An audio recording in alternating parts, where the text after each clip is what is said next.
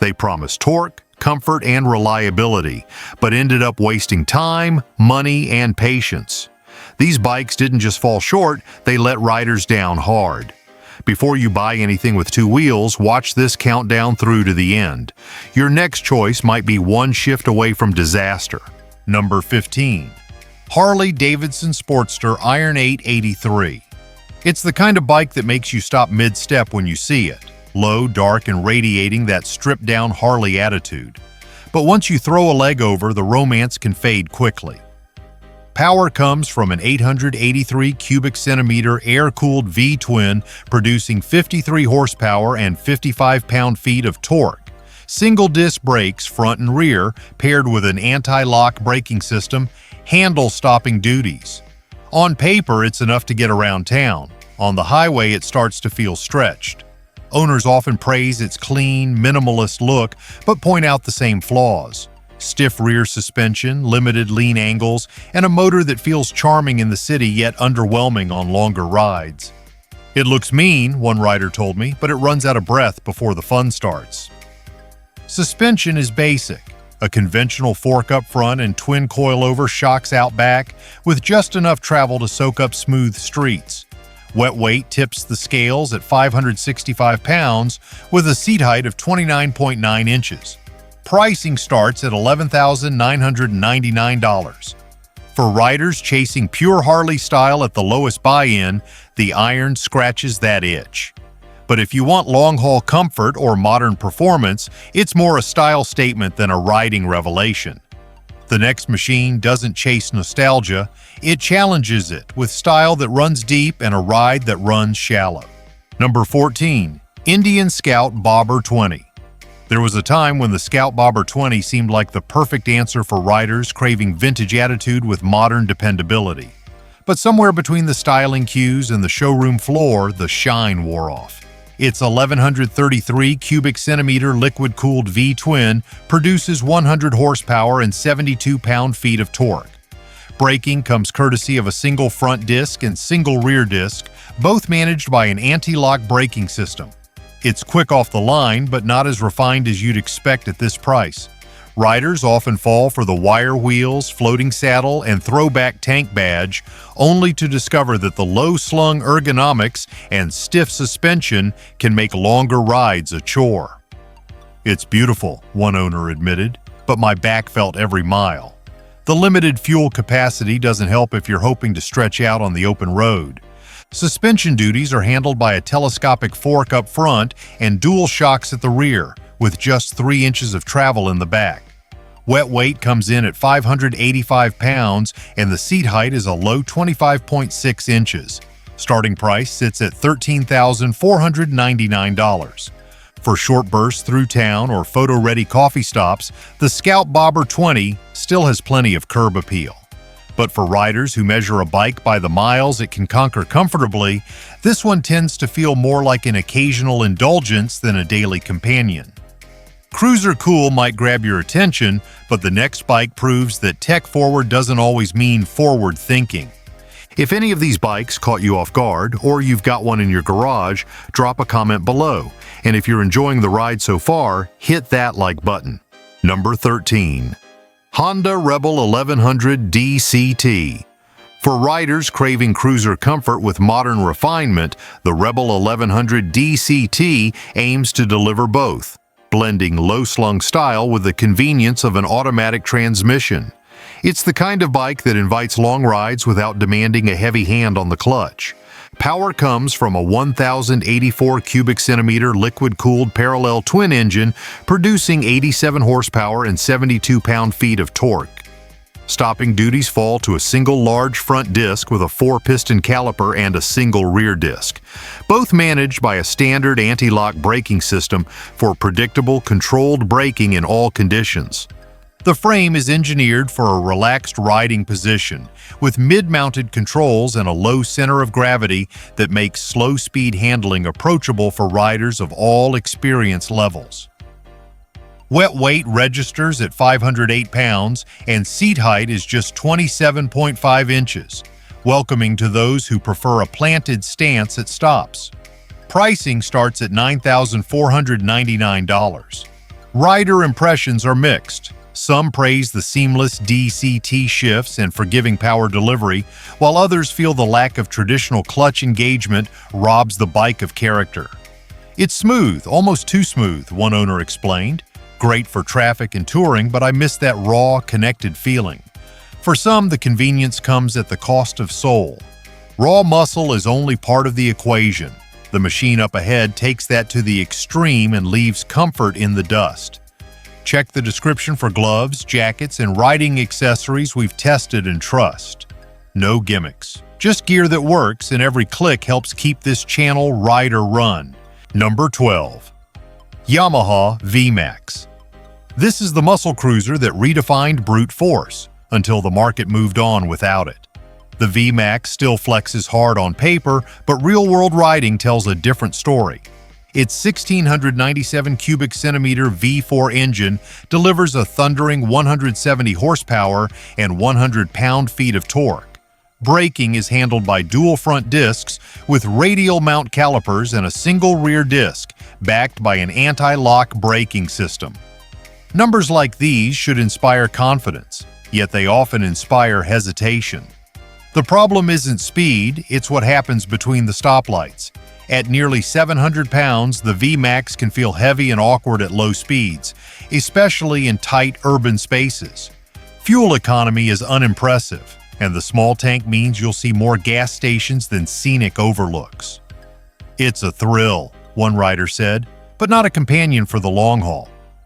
Suspension features a 52mm telescopic fork up front and a single rear shock with a remote preload adjustment.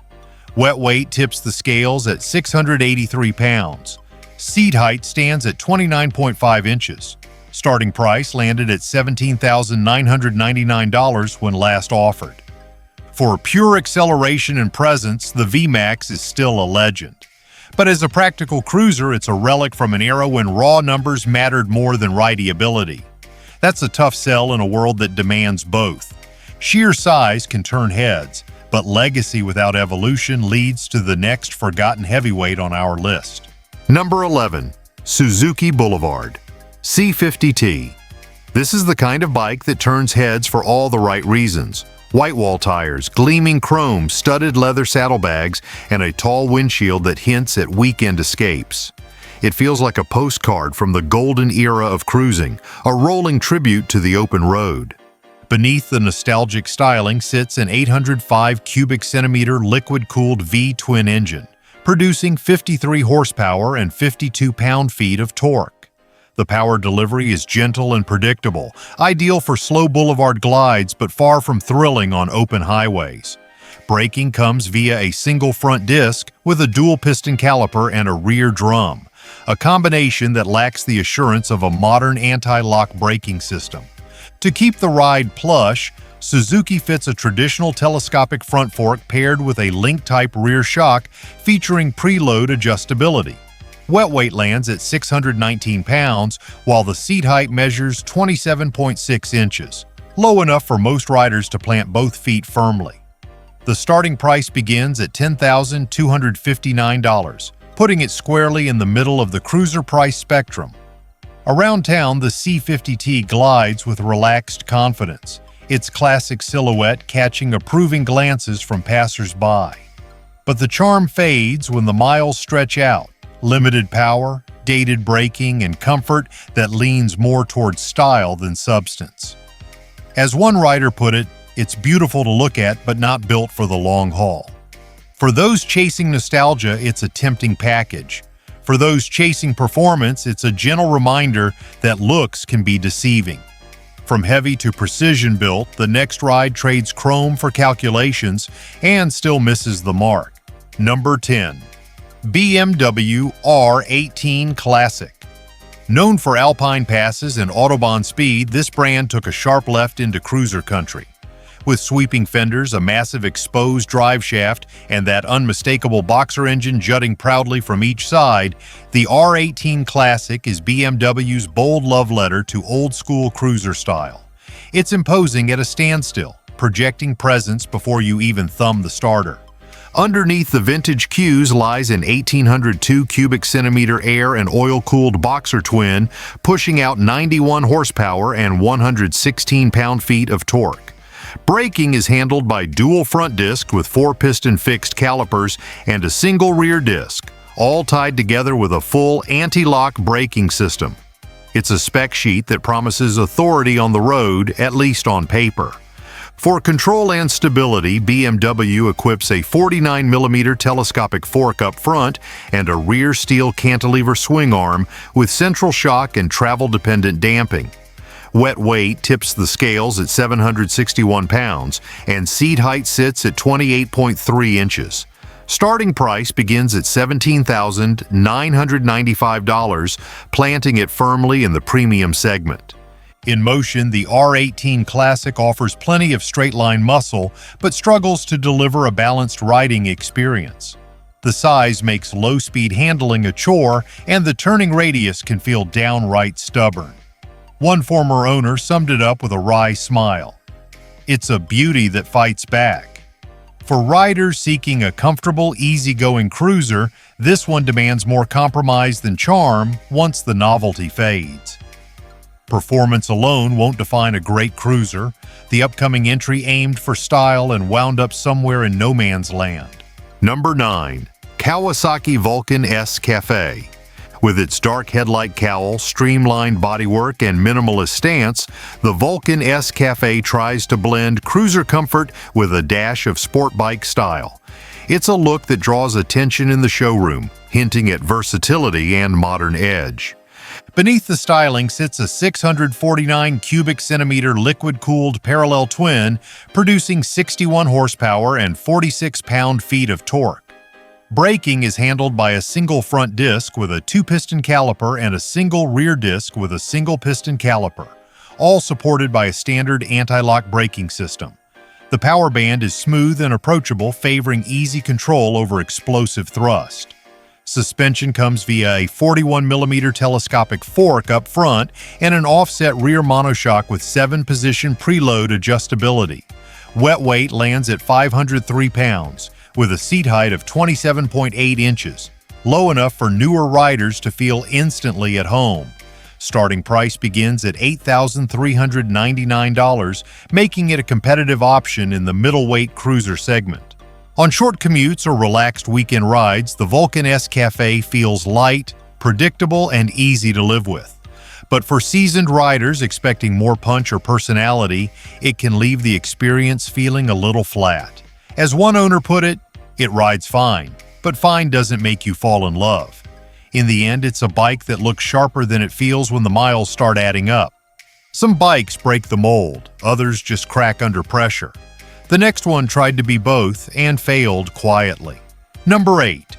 HarleyDavidson Nightster. Low, lean, and stripped of excess, the Nightster presents itself as Harley's modern interpretation of an entry-level performance cruiser. Its compact frame and purposeful stance promise agility without abandoning the brand's signature presence on the street. At its core is a 975 cubic centimeter liquid-cooled Revolution Max V twin producing 90 horsepower and 70 pound-feet of torque. Braking is managed by a single front disc with a 4-piston caliper and a single rear disc with a single piston caliper, both under the watch of a standard anti-lock braking system. The power delivery is crisp, rewarding quick throttle inputs with eager acceleration. Handling is shaped by a 41mm front fork and dual rear shocks with preload adjustability, giving the Nightster a controlled, planted feel in most conditions. Wet weight is 481 pounds, while seat height measures 27.8 inches, accessible to a wide range of riders. Starting price begins at $12,499, positioning it in the mid-tier of Harley's lineup. On the road, the Nightster feels sharper and more responsive than many of its stablemates, yet that very refinement divides opinion.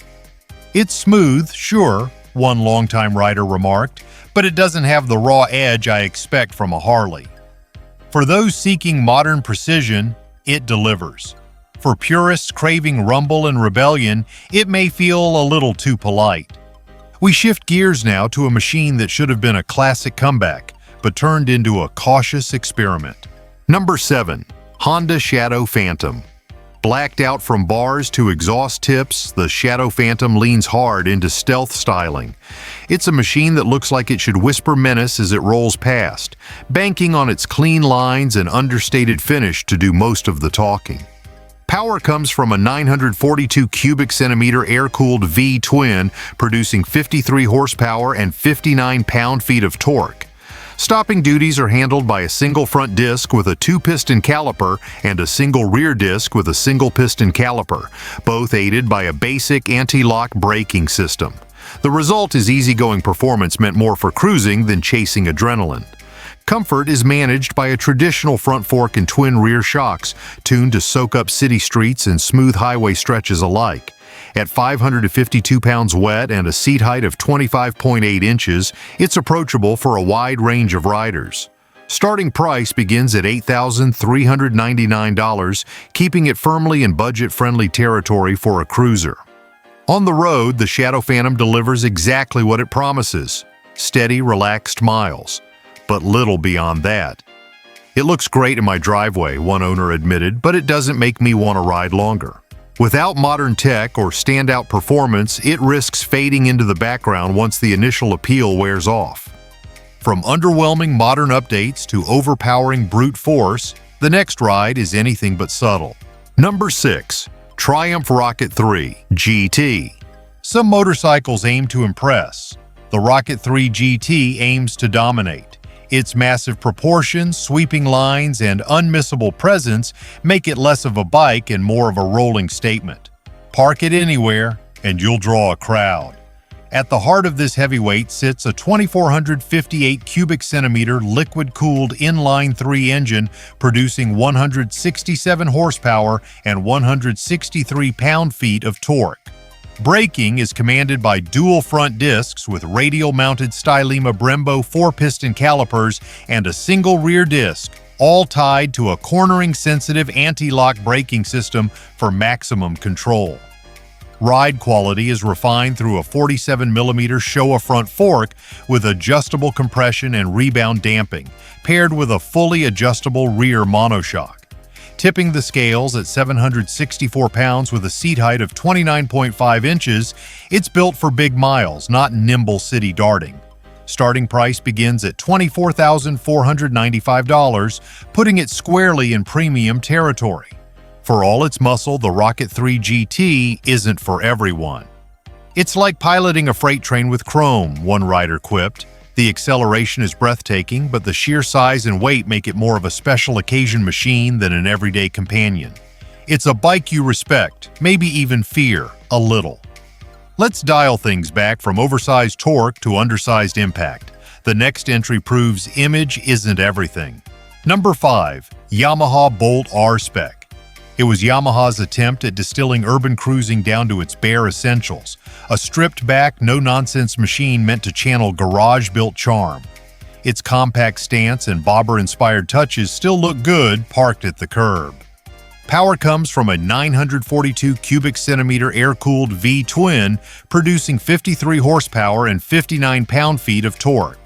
Braking is handled by a single front disc with a 2-piston caliper and a single rear disc with a single piston caliper, both supported by a basic anti-lock braking system. It's straightforward hardware designed to get the job done without fuss. Suspension duties fall to a conventional front fork and twin rear shocks, keeping the ride simple and familiar. At 542 pounds wet with a seat height of 27.2 inches, the Bolt is accessible to most riders. Starting price begins at $8,999, landing it comfortably in the affordable cruiser bracket. Yet for all its simplicity, the Bolt RSpec can feel underwhelming in practice. It rides fine, one owner noted, but it never made me want to take the long way home. Without standout performance or cutting-edge features, it risks being remembered more for its looks than the ride itself. Next is a full-size bagger that walks the line between premium and puzzling, and it still can't find its footing. Number 4. Harley-Davidson Road Glide ST. The Road Glide ST was Harley's answer to riders who wanted touring comfort with a sharper edge. With blacked-out trim, performance-inspired touches, and a more aggressive stance, it promised to blend cross-country capability with a dash of street attitude. Its 1923 cubic centimeter Milwaukee 8 V twin produces 117 horsepower and 126 pound-feet of torque, delivering a surge of mid-range power that feels effortless at highway speeds. Braking is handled by dual front discs with 4-piston calipers and a single rear disc, all tied into Harley's reflex-linked anti-lock braking system for balanced stopping confidence in any condition.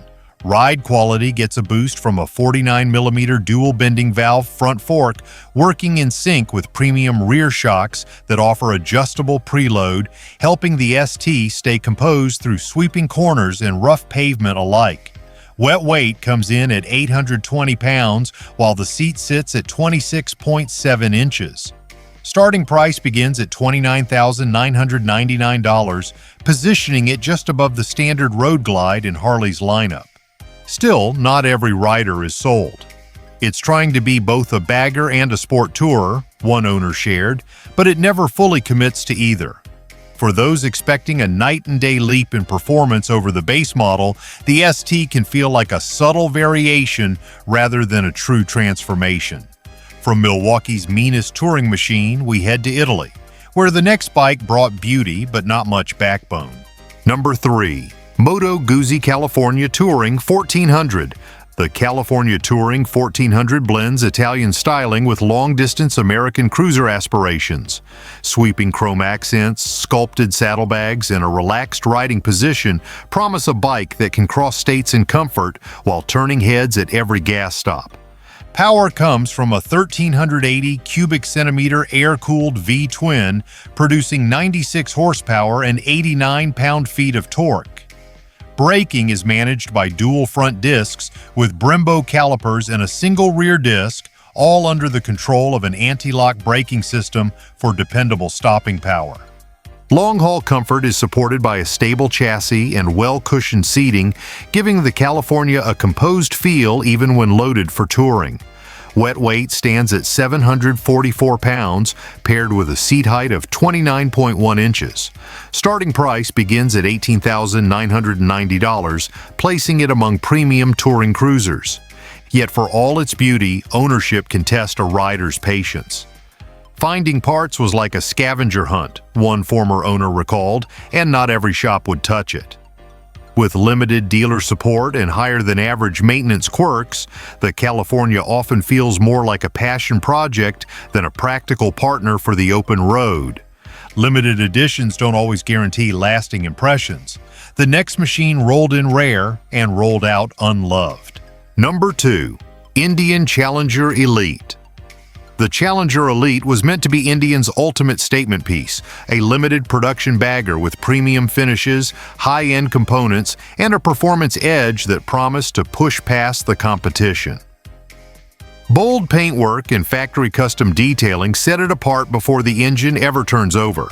At its heart sits a 1,768 cubic centimeter liquid-cooled V-twin, delivering 122 horsepower and 128 pound-feet of torque. Braking duties fall to dual front discs with radially mounted Brembo 4-piston calipers and a single rear disc, all paired with a cornering-sensitive anti-lock braking system for maximum control in demanding situations. Handling confidence comes from an inverted front fork working in concert with a Fox rear shock that offers electronically adjustable preload, allowing fine-tuning for solo runs or two-up touring. The Challenger tips the scales at 840 pounds with a seat height of 26.5 inches. Starting price begins at $36,499, reflecting its top-tier positioning in Indian's lineup. Even with its impressive credentials, not every rider feels the connection. It looks like the best bike on paper, one owner admitted, but on the road it didn't feel special enough. For some, the upgrades over the standard Challenger seem too subtle to justify the leap in price, leaving the Elite as more of a collector's piece than a must-have ride. Finally, we arrive at the motorcycle that made history, sparked headlines, and still couldn't convince riders to plug in. If you've made it this far, you're one of us. Hit subscribe and stick around. We've got more real-world breakdowns and brutal truth about bikes you won't hear anywhere else. Number 1. HarleyDavidson Livewire 1. When Harley-Davidson stepped into the electric arena, the Livewire 1 became the brand's most radical departure from tradition. No rumble, no gears, just a futuristic hum and a promise of instant silent acceleration. It's sleek, modern, and a bold attempt to draw in a new generation. Power delivery comes from a permanent magnet electric motor producing the equivalent of 100 horsepower and 84 pound-feet of torque, available from 0 RPM. Braking is handled by dual front disc with radial-mounted Brembo monoblock calipers and a single rear disc, all tied into a cornering-capable anti-lock braking system for confidence in both city and highway environments. Its agile character is aided by a lightweight trellis frame, low center of gravity, and premium Showa big piston front fork, paired with a balance-free rear shock, both fully adjustable for precision handling. Wet weight lands at 563 pounds, with a seat height of 30 inches. Starting price begins at $22,799, making it a luxury proposition in the electric segment. But for many riders, the thrill wears off quickly. It's fun for the first 10 minutes, one test rider admitted. Then you look at the range, the charging time, and the price, and it's hard to justify.